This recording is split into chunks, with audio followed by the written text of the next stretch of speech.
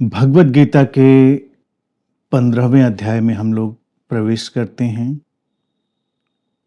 श्री कृष्ण कहते हैं, आदि पुरुष परमेश्वर रूप मूल वाले और ब्रह्मा रूप मुख्य शाखा वाले जिस संसार रूप पीपल के वृक्ष को अविनाशी कहते हैं तथा वेद जिसके पत्ते कहे गए हैं, उस संसार रूप वृक्ष को जो पुरुष मूल सहित तत्व से जानता है, वो वेद के तात्पर्य को जानने वाला है।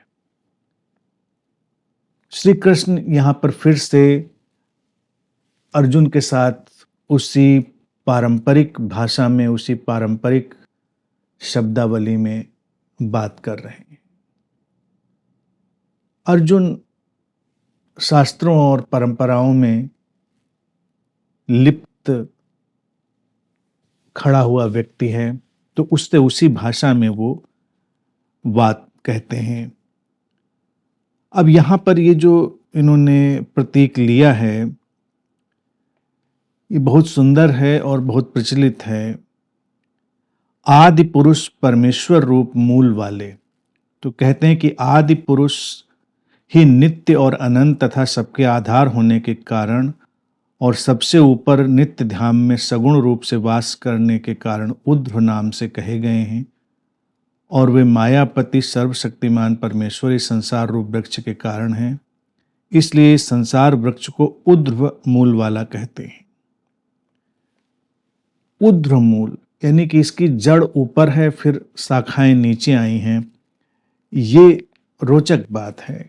जैसे वृक्ष नीचे होता है, उसकी शाखाएं ऊपर जाती हैं, जड़ें नीचे जाती हैं, तो संसार को एक उल्टे वृक्ष की तरह परिकल्पित किया गया है और सुंदर है। भारतीय दर्शन में हम देखें तो कई बातें बड़ी सुंदर हैं। हम मानवीय चेतना को एक अवतरण की तरह देखते हैं।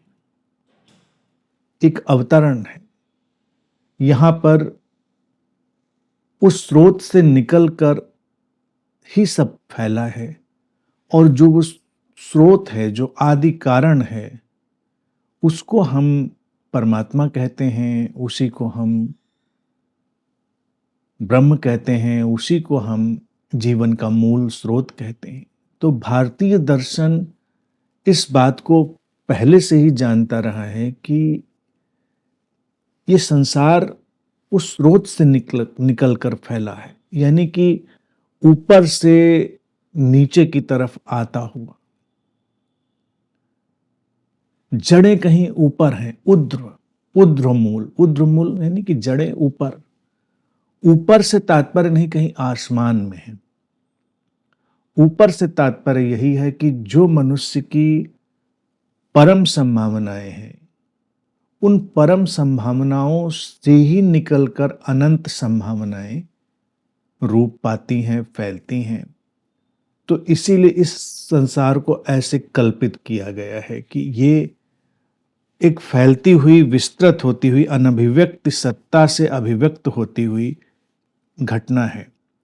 और ब्रह्मा रूप मुख्य शाखा वाले जिस संसार रूप पीपल के वृक्ष को अविनाशी कहते हैं। अब अविनाशी इसलिए कहते हैं क्योंकि मूल तो परमात्मा हो गया, मूल तो सोर्स हो गया, तो अनमैनिफेस्टेड कॉन्शियसनेस हो गई, अनभिव्यक्त चेतना हो गई। तो जब अनभिव्यक्त चेतना मूल कारण हो गई, तो मूल कारण तो अविनाशी है, तो संसार भी अविनाशी है एक तरह से।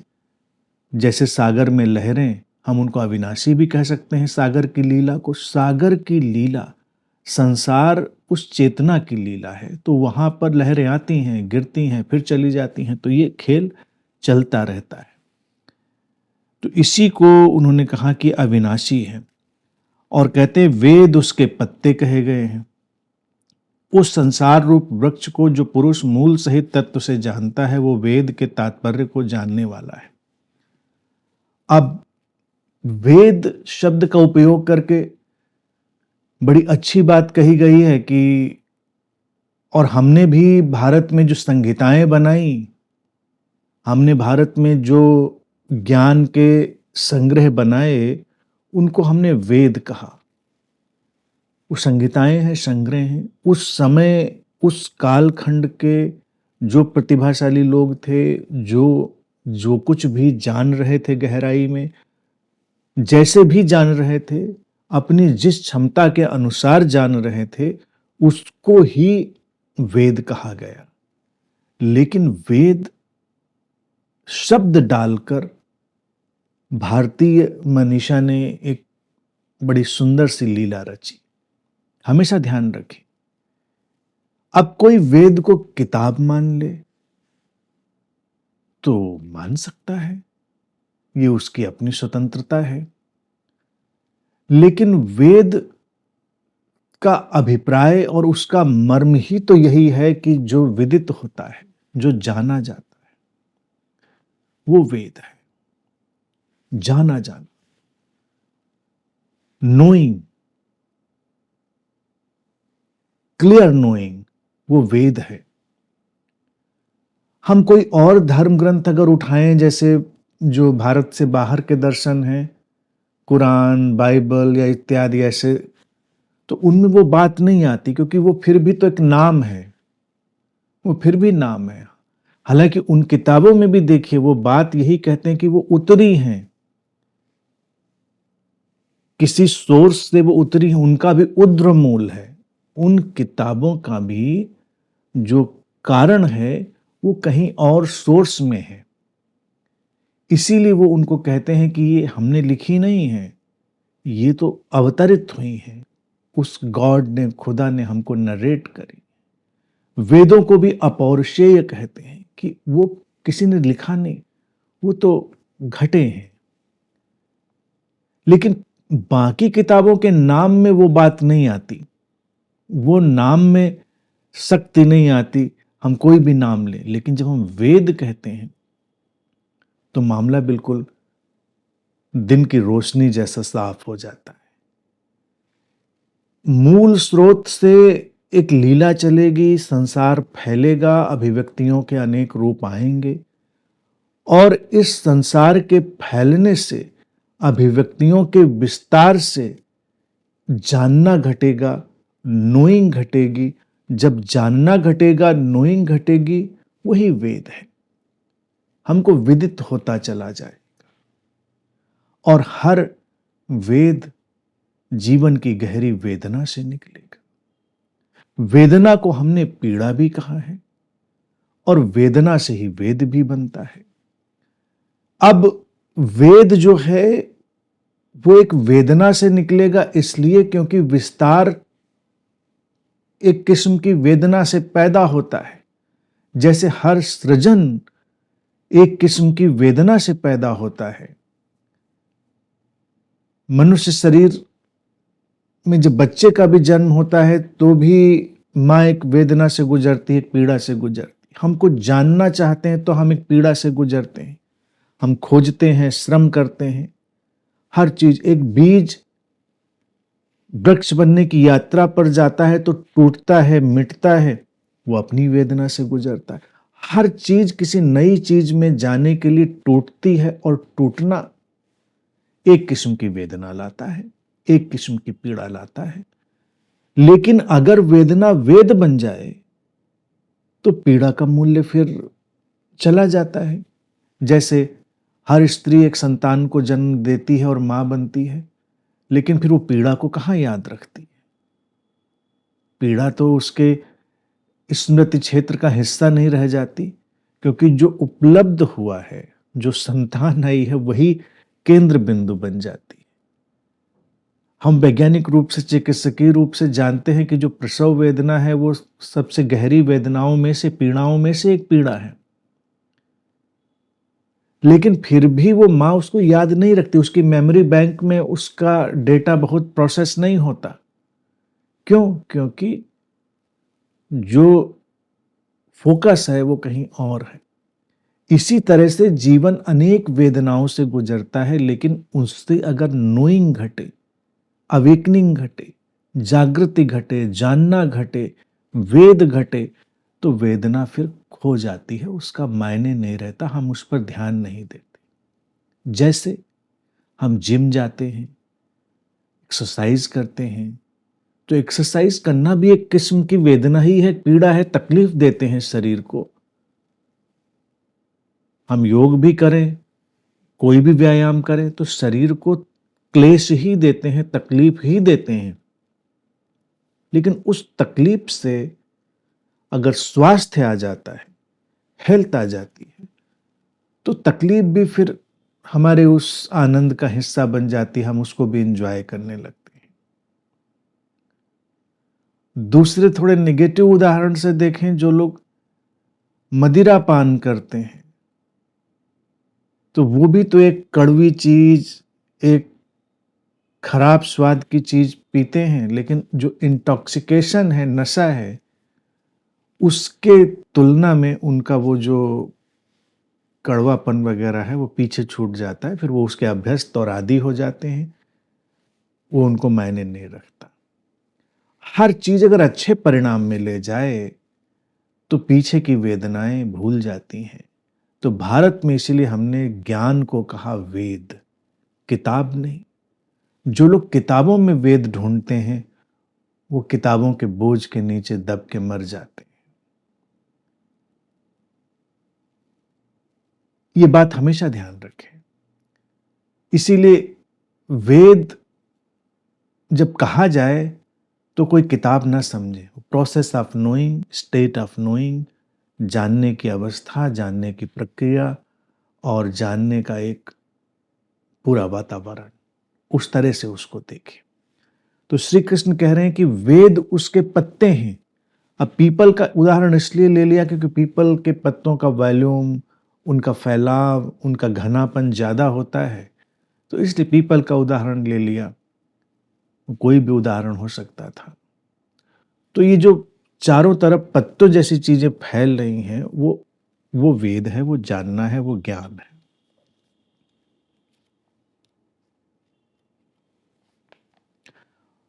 और कहते हैं कि उस संसार रूप वृक्ष को जो पुरुष मूल सहित तत्व से जानता है, वो वेद के तात्पर्य को जानता है। अब देखिए वही बात कह दी। उस संसार रूप वृक्ष को, संसार रूप वृक्ष को जिसकी जड़ें स्रोत में गई हैं, ऊर्ध्वगामी ऊर्ध्व मूल हैं, और जो उसका अभिव्यक्ति का सारा जगत फैला हुआ है, अनभिव्यक्ति और अभिव्यक्ति की लीला को जो तत्व से जानता है, एसेंस के तौर से जानता है, सार रूप में जानता है, वो वेद के तात्पर्य को जानता है। वो वेद के तात्पर्य को जानता है, वो जो स्टेट ऑफ नोइंग है, जो जानना है, जो जागृति है, वो उसको ठीक से जानता है। श्री कृष्ण इतने चतुर हैं कि वो अर्जुन की पारंपरिक निष्ठा के अनुसार बात भी करते हैं, और बात में ही पारंपरिक निष्ठा को वो तिनके की तरह उड़ा भी देते हैं।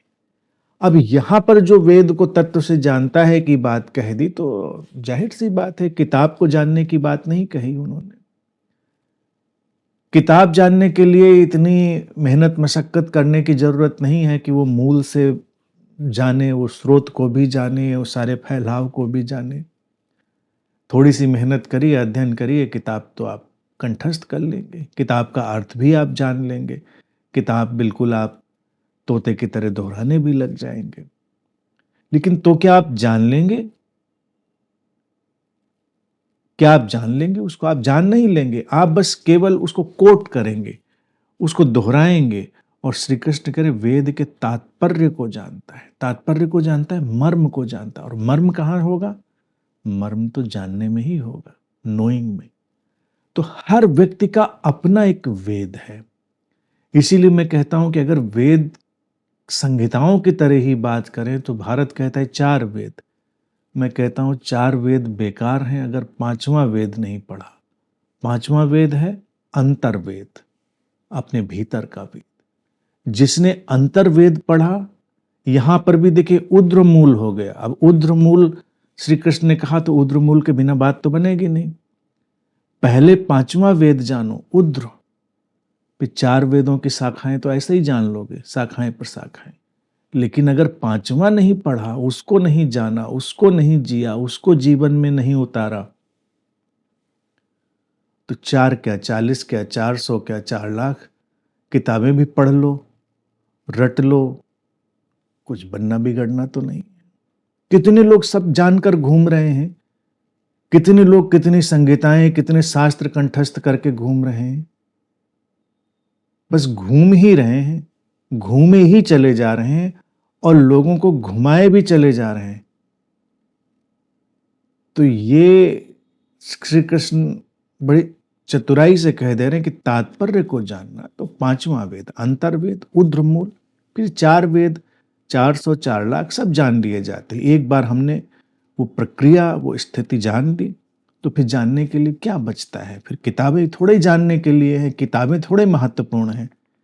ये तो केवल धार्मिक व्यापार और धार्मिक दुकानदारी के लिए कि ये किताब सबसे महत्वपूर्ण है, ये किताब ही जाननी है, ये किताब ही जानोगे तो सारा कल्याण होगा। हमें क्या लेना देना किताबों से। हम एक नहीं सैकड़ों बाइबल रच सकते हैं, हम एक नहीं सैकड़ों कुरान रच सकते हैं, हम 4 नहीं 4 लाख वेद रच सकते हैं। लेकिन पहले मूल को जानो, ऊर्ध्व मूल को जानो, अपने अंतर्वेद को जानो। आगे श्री कृष्ण कहते हैं, उस संसार वृक्ष की तीनों गुणों रूप जल के द्वारा बढ़ी हुई एवं विषय भोग रूप कोपलों वाली देव, मनुष्य और तिर्यक आदि योनि रूप शाखाएं नीचे और ऊपर सर्वत्र फैली हुई हैं तथा मनुष्य लोक में कर्मों के अनुसार बांधने वाली अहंता, ममता और वासना रूप जड़ें भी नीचे और ऊपर सभी लोकों में व्याप्त हो रही। अब अर्जुन ज्ञानपूर्ण शब्द सुनना चाह रहा है। श्री कृष्ण पीछे बड़े सरल सहज शब्दों में समझा गए हैं। अब वो ज्यादा ज्ञानी वाली भाषा सुनना चाहता है तो वो ज्ञानी वाली भाषा बोल रहे हैं। सुन के आप भी थोड़ा चकराएंगे, कितना कठिन मामला है, बड़ा जटिल मामला है। 3 गुणों रूप के जल के द्वारा बढ़ी हुई, विषय भोग रूप के द्वारा कोपलों वाली, देव, मनुष्य, तिर्यक आदि योनि रूप शाखाएं बोले चले जा रहे हैं। शब्दों का खेल चल रहा है। अभी उन्होंने 3 गुणों की लीला बताई। श्री कृष्ण ने कहा कि 3 गुण जो सत्व, रजस, तमस हैं, उनसे ही व्यक्ति के जीवन का विस्तार हो रहा है, उनसे ही जीवन की सारी संरचना चल रही है, जीवन की लीला चल रही है। अब यहां पर करें वही 3 गुण इस जीवन के वृक्ष को, इस संसार के वृक्ष को सींच रहे हैं। अब सींच रहे हैं तो वृक्ष उगेगा। जब वृक्ष उगेगा तो क्या होगा? विषय आएंगे, भोग आएंगे, सब आएंगे। संसार है तो विषय और भोग भी आएंगे। और देव, मनुष्य और तिर्यक, अब यहां पर वो एक विस्तार की बात करते हैं कि जो अनेक अनेक तरह के रूप हो सकते हैं, जिसको मैं कहता हूं पशु से परमात्मा। मनुष्य बीच में खड़ा है, मनुष्य चौराहे पे खड़ा है, पशु से परमात्मा तक की यात्रा है।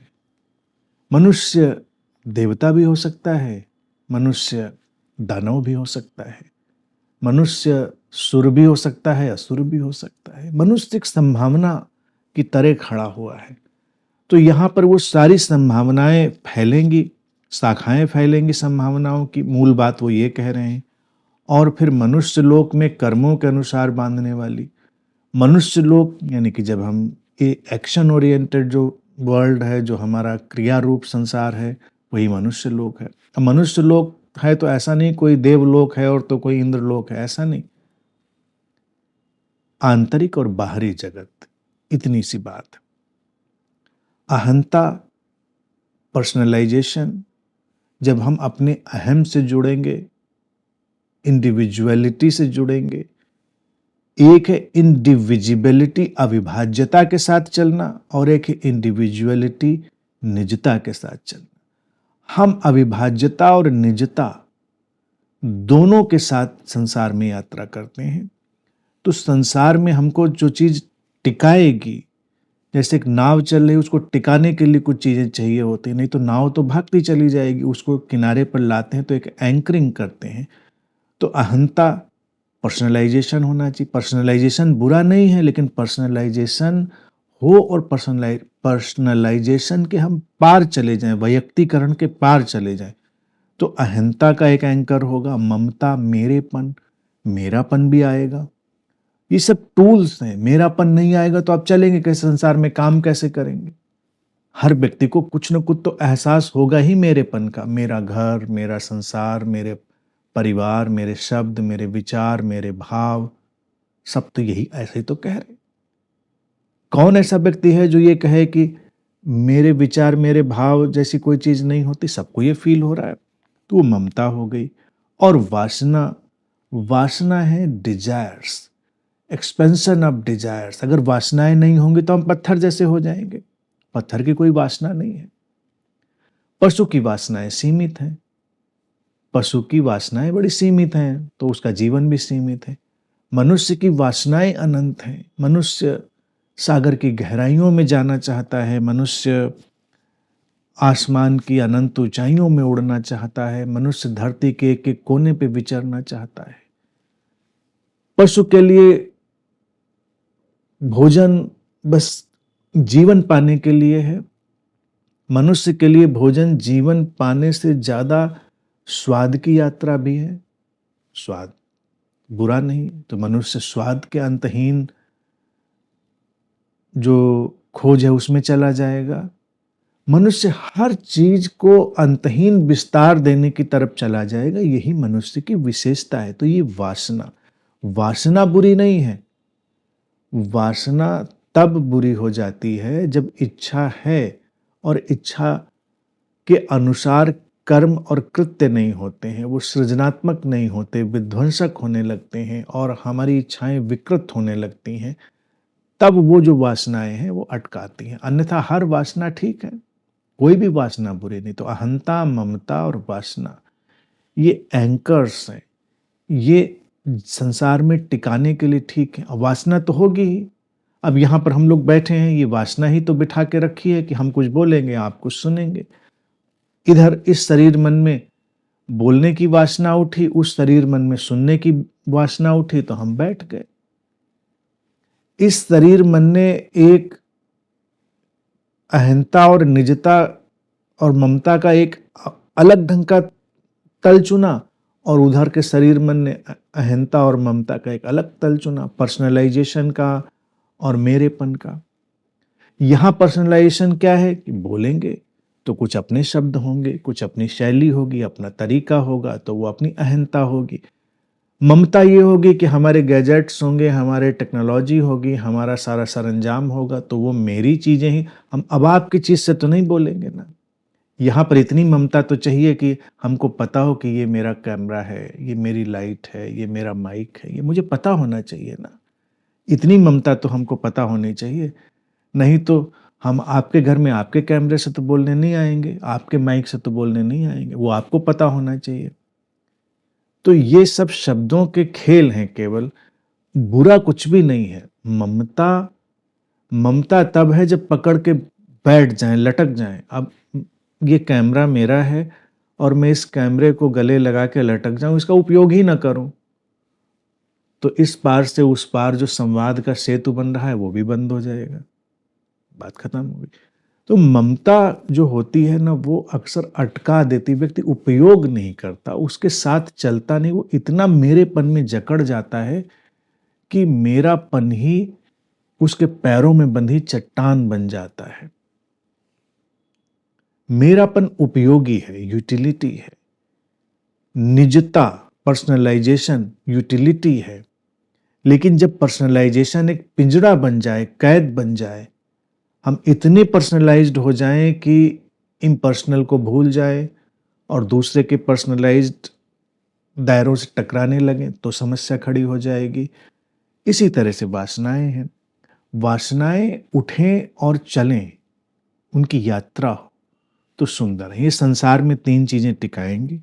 श्री कृष्ण बड़े प्रिसाइज ढंग से बात कह दे रहे हैं और नीचे ऊपर सभी लोकों में व्याप्त हो रही है। नीचे ऊपर का उनका तात्पर्य है कि निम्नता से उच्चता। अब नीचे ऊपर के लोकों से लोग ये समझ लेते हैं कि धरती लोक और कोई देवलोक और ब्रह्म लोक और वो नहीं। निम्नता के जगत में भी यही तीनों चीजें ले जाएंगी और उच्चता के जगत में भी यही तीनों चीजें ले जाएंगी। ये नीचे और ऊपर के लोग हो गए। एक साइकोपैथ, एक मर्डरर, एक टेररिस्ट भी इन्हीं तीनों चीजों से आगे जाएगा और एक बुद्ध भी इन्हीं तीनों चीजों से आगे जाएगा। ये जड़ें तो चारों तरफ फैली हैं, उनके स्वरूप बदलेंगे। संसार स्वरूप बदलने का ही सारा खेल है। इसीलिए भारत में हम संसार को लीला कहते रहे हैं ना, वो नीचे से ऊपर के सारे लोकों में फैला है। तो ये हम देखें, निम्नता के धरातल भी हमको इन्हीं तीन चीजों से खींचते हैं और उच्चता के धरातल भी हमको इन्हीं चीजों से खींचते हैं। किसी के भीतर जागृति की वासना आ जाए, दुख से ऊपर उठने की इच्छा ही तो होगी ना, दुख से ऊपर उठने की। आप कैद में हैं, कैद से बाहर होने की इच्छा ही तो होगी, तो एक किस्म की वासना ही तो होगी। वासनाएं स्थूल से सूक्ष्म हो सकती हैं, वासनाएं पाशविक से दिव्य हो सकती हैं। वहीं से सारा अंतर पैदा होता है और वही श्री कृष्ण कह रहे हैं कि ये जो जड़ें हैं नीचे ऊपर सभी लोकों में फैली हुई है, इन्हीं से चल रहा है सब कुछ। इस संसार वृक्ष का स्वरूप जैसा कहा है वैसा यहां विचार काल में नहीं पाया जाता, क्योंकि न तो इसका आदि है और न अंत है, तथा न इसकी अच्छी प्रकार से स्थिति ही है। इसलिए इस अहिंसा, ममता और वासना रूप अति दृढ़ मूलों वाले संसार रूप पीपल के वृक्ष को दृढ़ वैराग्य रूप शस्त्र द्वारा काट कर उसके पश्चात उस परम पद रूप परमेश्वर को भली भांति खोजना चाहिए, जिसमें गए हुए पुरुष फिर लौटकर संसार में नहीं आते। जिस परमेश्वर से इस पुरातन संसार वृक्ष की प्रवृत्ति विस्तार को प्राप्त हुई है, उसी आदि पुरुष की शरण में जाओ। इस प्रकार दृढ़ निश्चय करके उस परमेश्वर का मनन और निधिध्यासन करना चाहिए। कई बातें यहां पर वो कह देते हैं कि जैसा इस सारा वर्णन किया जा रहा है, जैसे कहते हैं इस संसार वृक्ष का स्वरूप जैसा कहा है वैसा यहां विचार काल में नहीं पाया जाता। विचार काल क्या शब्द है? विचार काल है क्लैरिटी ऑफ थॉट। जब हम बहुत स्पष्टता से चीज को देखते हैं तो चीज वो नहीं होती है, जो कुछ हम वर्णन करके बता रहे होते हैं वो वैसी नहीं होती है। विचार काल में वैसा नहीं पाया जाता है जैसा स्वरूप कहा जाता है, क्योंकि न तो इसका आदि है और न अंत है। क्योंकि इस लीला को जो स्रोत से निकलकर फैलती है और फिर स्रोत में विलीन हो जाती है, न इसका प्रारंभ है न समापन है, न इसकी अच्छी प्रकार से स्थिति है। क्योंकि जो कहा गया है वो तो एक कंसेप्ट है, एक कल्पना है, एक ट्रांजिएंट सी स्थिति है, तो अच्छी स्थिति नहीं कह रहे हैं। तो अब ये बड़ी रोचक सी बात है। विचार काल में, द स्टेट ऑफ अवेकनिंग में, जो विचारों की गहनतम स्पष्टता में आएगी, जो कुछ भी कहा गया है वो वैसा नहीं होगा, वो कुछ और होगा। जब हम बच्चे को पढ़ा रहे हैं तो उसको बी फॉर बैट और ए फॉर एप्पल पढ़ा रहे हैं, लेकिन जब वो समझ लेता है, भाषा सीख लेता है, तो एप्पल और बैट सब खो जाते हैं, वैसा नहीं पाया जाता, सब खो गया। तो ये उद्रमूल, फैली हुई जड़ें और ये परमात्मा, वो स्रोत और ये सब चीजें, ये सब जो शब्दों से खेला जा रहा है, ये जो कॉन्सेप्ट है, जब अवेकनिंग होती है तो न कहीं जड़ें मिलती हैं, न शाखाएं मिलती हैं, न कहीं कोई वृक्ष मिलता है, न कोई वृक्ष का अता पता मिलता है, न कहीं कोई वेद मिलता है, न कहीं कोई परमेश्वर मिलता है। स्टेट ऑफ अवेकनिंग में, विचार काल में, ये सब कॉन्सेप्ट खो जाते हैं। कॉन्सेप्ट जो हैं, कॉन्सेप्ट केवल हमको आगे ले जाने के लिए, कॉन्सेप्ट एक इंजन की तरह हैं जो बस केवल ईंधन का काम करते हैं, आग जलाते हैं और आपको एक अवेकनिंग की ऑर्बिट में फेंक देते हैं। जैसे हम कोई सैटेलाइट लॉन्च करते हैं तो उसको लगाते हैं, एक रॉकेट के ऊपर फिट करते हैं, ले जाते हैं। तो वो जो कॉन्सेप्ट है, वो जैसे वो ऑर्बिट में शिफ्ट हुआ, सैटेलाइट कॉन्सेप्ट जो है, वो जो इंजन था, रॉकेट था, उसकी तरह सब गिर जाते हैं या वापस लौट जाते हैं। आजकल तो हमने वापस लौटने वाले बना लिए, लेकिन पहले ऐसे गिर जाते थे, उनका उपयोग खत्म हो गया। तो वो सब कॉन्सेप्ट है, तो वैसा कुछ पाया नहीं जाएगा जब हम समझेंगे। तो इसीलिए बोध के बाद, अवेकनिंग के बाद लोगों को हंसी आ जाती है, मुस्कुरा उठते हैं वो जागृति के बाद, विचार का, क्योंकि उनको लगता है जैसा कहा गया था वैसा तो कुछ नहीं है। लेकिन अगर कोई जैसा कहा गया है वैसा वैसा ही जी रहा है, तो इसका अर्थ हुआ, श्री कृष्ण ने यहाँ पर एक इशारा कर दिया कि उसका वो स्टेट ऑफ अवेकनिंग नहीं आई, विचारों की स्पष्टता नहीं आई।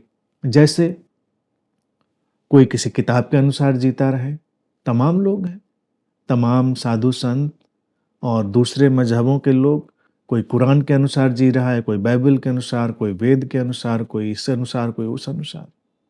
क्यों जी रहा है? क्योंकि विचार काल नहीं आया, उसके अंदर वो विचारों की जागृति नहीं आई, वो वैचारिक स्पष्टता नहीं आई उसके भीतर। तो वो एज इट इज मानकर चलता है, ऐसा कहा गया था तो ऐसा ही होना चाहिए। जबकि जब हम समझते हैं तो हमको दिखाई देता है जैसा कहा गया था वैसा कुछ भी नहीं, और वैसा होने की जरूरत भी नहीं है। जैसा कहा है वैसा विचार काल में नहीं पाया जाता। ये श्री कृष्ण की बात बहुत ही क्रांतिकारी है। नहीं तो सारे गुरुओं का जोर होता है जैसा कहा है वैसा ही पाना। इसी बात को फ्रेडरिक नीत्शे ने 10 स्पोक जरथुस्ट्रा में बड़े अच्छे से लिखा। वो भगवत गीता से प्रभावित भी था, तो संभवतः हो सकता है आइडिया लिया हो यहाँ से, कह नहीं सकते। तो सारी बात कहने के बाद जरथुस्ट जब अपने शिष्यों से विदा ले रहे हैं तो वो कहते हैं कि अब जरथुस्ट ने जो कहा, जैसा कहा, जस्ट फॉरगेट इट, उसको भूल जाओ। और यही बात जब बुद्ध से पूछी गई उनके अंतिम समय में कि अब आप जा रहे हैं तो सार रूप में कोई बात कह दीजिए, तो देखो क्या कहा उन्होंने। उन्होंने कोई प्रवचन नहीं दिया, समरी नहीं बताई। अपदीपो भाव, अपना प्रकाश स्वयं बनो। अपना प्रकाश स्वयं बनो अर्थात जो जाना है, जो कहा है, उसको छोड़ो, खुद जलो और प्रकाशित हो और जानो। और श्री कृष्ण ने इतनी चतुराई से इन शास्त्रों वाली बातों के बीच में इतनी क्रांतिकारी बात पिरो दी कि संसार वृक्ष का स्वरूप जैसा कहा है वैसा यहाँ विचार काल में नहीं पाया जाता। क्योंकि न तो इसका आदि है और न अंत है। कैसे होगा आदि और अंत? क्योंकि उस स्रोत से ही सारी लीला चल रही। और न इसकी अच्छी प्रकार से स्थिति है, क्योंकि ट्रांजिएंट है। ये कॉन्सेप्ट की स्थिति तो अच्छी नहीं होती ना, वो ट्रांजिएंट है, वो जगह पहुंचने के लिए है। इसलिए इस अहंता, ममता और वासना रूप अति दृढ़ मूलों वाले, अति दृढ़, अगर हम समझेंगे नहीं, जागेंगे नहीं, तो ये बहुत मजबूत पकड़ बना देती। इसीलिए लोग इन तीनों चीजों से जीवन पर्यंत नहीं छूट पाते। संसार रूप पीपल के वृक्ष को दृढ़ वैराग्य रूप शस्त्र द्वारा काट। अब यहां पर दृढ़ शब्द दृढ़ आ गया। दृढ़ मूल है तो दृढ़। दृढ़ वैराग्य क्या है? वैराग्य को छोड़कर भागना नहीं। वैराग्य कोई त्याग, तपस्या, लंगोटी लगाना नहीं है। जिसको हम कहते हैं वैरागी साधु हैं, वैरागी की संसार से मतलब नहीं रखते, वो संसार के सीने पर सवार होकर ही पूरा जीवन जीते हैं और संसार से मतलब नहीं रखते। नहीं, श्री कृष्ण का तो ऐसा मतलब नहीं हो सकता वैराग्य से। दृढ़ वैराग्य है टोटल डिटैचमेंट। डिटैचमेंट कब आएगा? उसका पहला प्रोसेस हो गया विचार काल, clarity of thought. As much as there is clarity of thought, as much as there is detachment. जितनी विचारों की स्पष्टता होगी उतनी ही वैराग्य की स्थिति, अनासक्ति की स्थिति होगी। विचार धुंधले होंगे, विचार उलझे होंगे, तो हम भी उतने ही धुंधले और उतने ही उलझे होंगे। वैराग्य है जहां धुंधलापन मिट गया, एक सुलझाव आ गया, सब सुलझा है, कुछ उलझा नहीं। जिसके भीतर कुछ उलझा नहीं है, जिसके भीतर कोई ग्रंथियां नहीं है, जिसके भीतर कॉम्प्लेक्स नहीं है, जिसके भीतर एक सहज धारा जीवन की बह रही, वो वैराग्य में है। अब दृढ़ कैसे होगा? दृढ़ का अर्थ वही है जिसको मैं कहता हूं अनब्रोकन, अखंडित। कभी आता है और जाता है, और कभी ये समझ आती है और ठहर जाती है, वो है अनब्रोकन, ठहर गई। तो जब अनब्रोकन हो गई तो ये सब अहंता, ममता और वासना की जड़ें हट जाएंगी, क्योंकि अब उनकी पकड़ चली गई, हमने उनकी उपयोगिता समझ ली, हम उनका उपयोग करते हैं और बात खत्म हो गई। वैरागी व्यक्ति वही है, अब हमको किसी चीज का उपयोग है, हमने उपयोग किया और रख दिया उसको उसकी जगह पर, उसी को वैराग्य कहते हैं। वैराग्य का मतलब डिटैचमेंट है।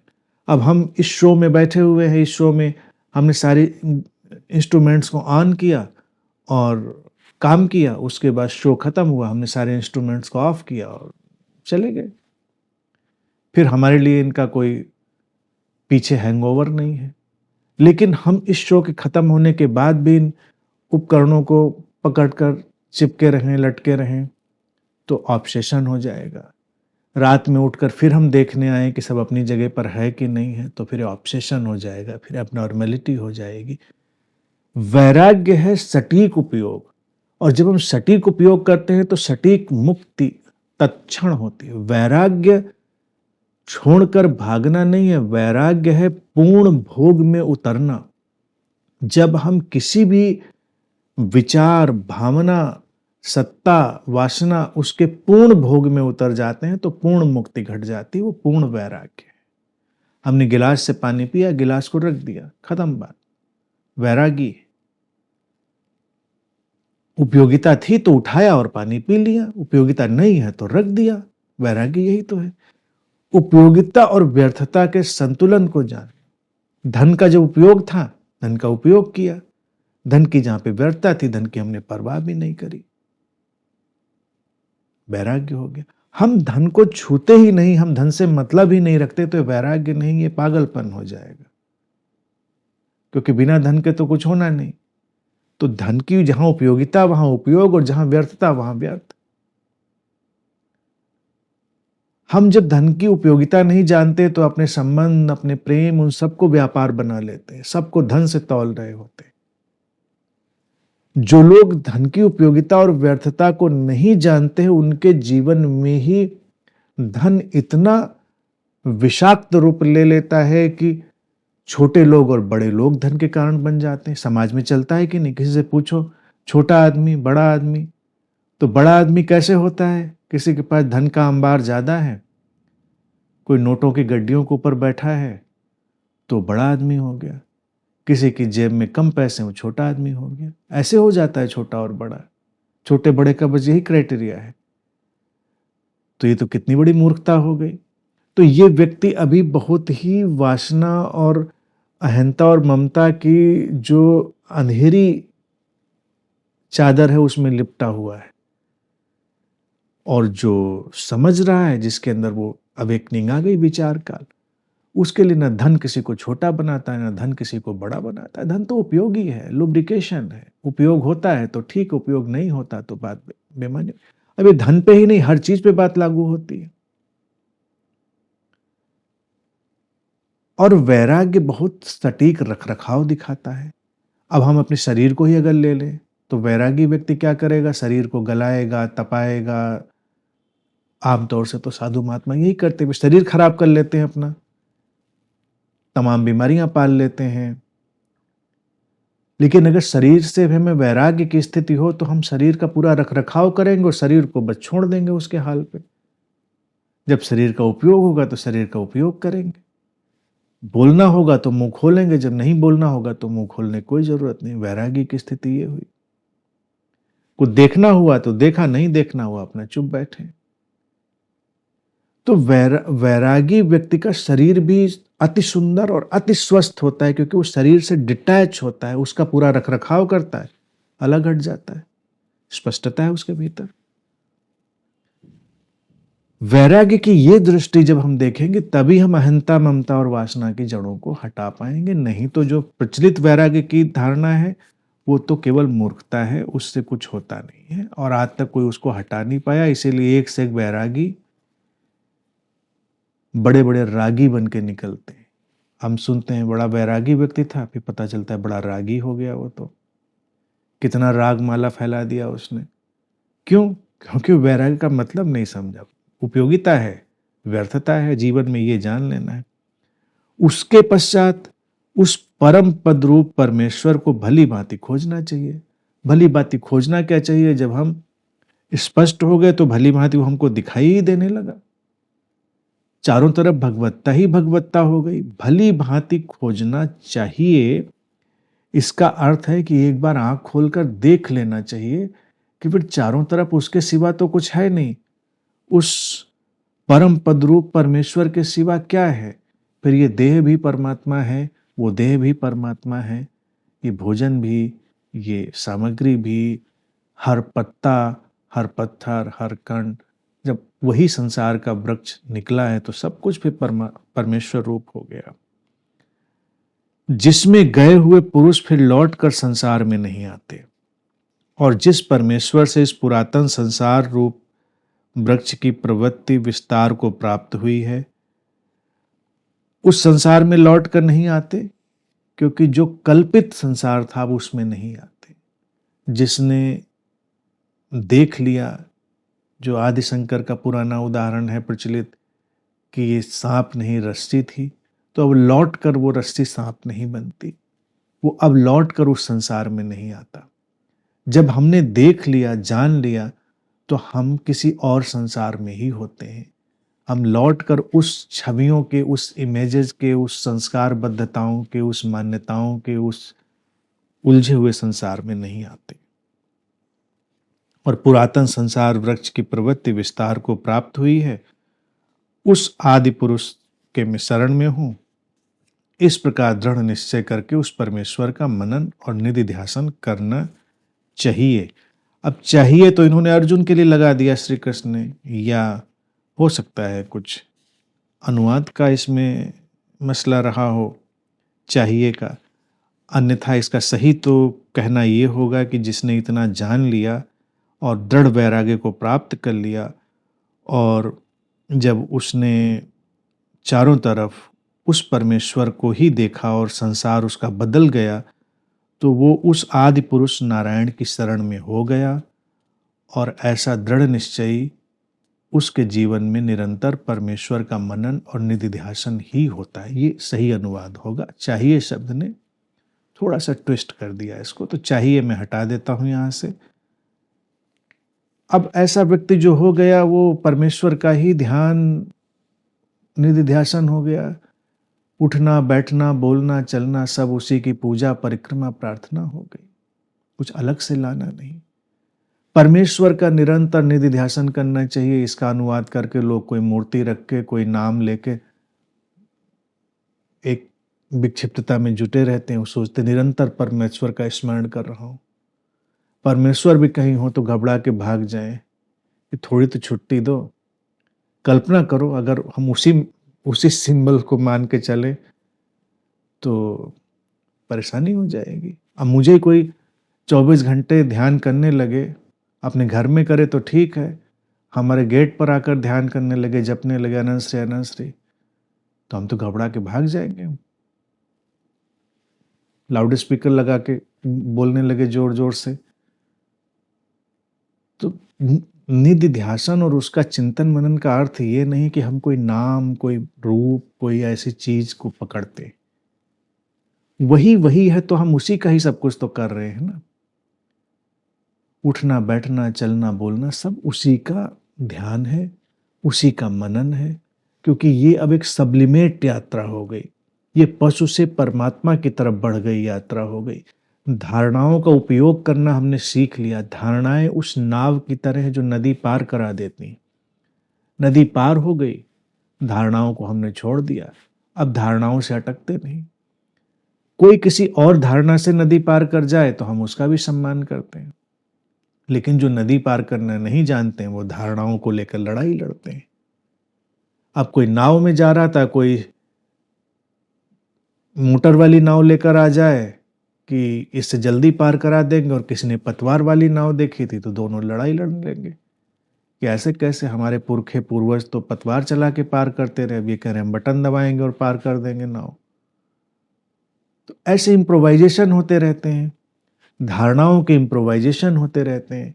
अतीत में गुरुओं ने जो धारणाएं दी थी वो आगे जाकर इम्प्रोवाइज कर दी जाती हैं। आने वाले समय में हम उनको समय के अनुकूल सुधार देते हैं, उनमें मोटर लगा देते हैं, उनमें हम एक बटन फिक्स कर देते हैं, अपडेट कर देते हैं, चीज़ें बदल जाती हैं। तो बस ये जो जान लेता है वो जीवन की उपयोगिता में होता है, वो बेकार की चीज़ों में नहीं अटकता। तो ये यहाँ तक 15वें अध्याय का अभी शुरुआत है, फिर हम लोग और आगे चलेंगे। रोचक बातें हैं, अच्छी बातें हैं। श्री कृष्ण ने बड़ी चतुराई से शास्त्र और शास्त्रों से पार की सारी बातें रख दी, और यही कुशल गुरु की पहचान होती है कि वो उंगली पकड़े कहीं से और ले जाए कहीं।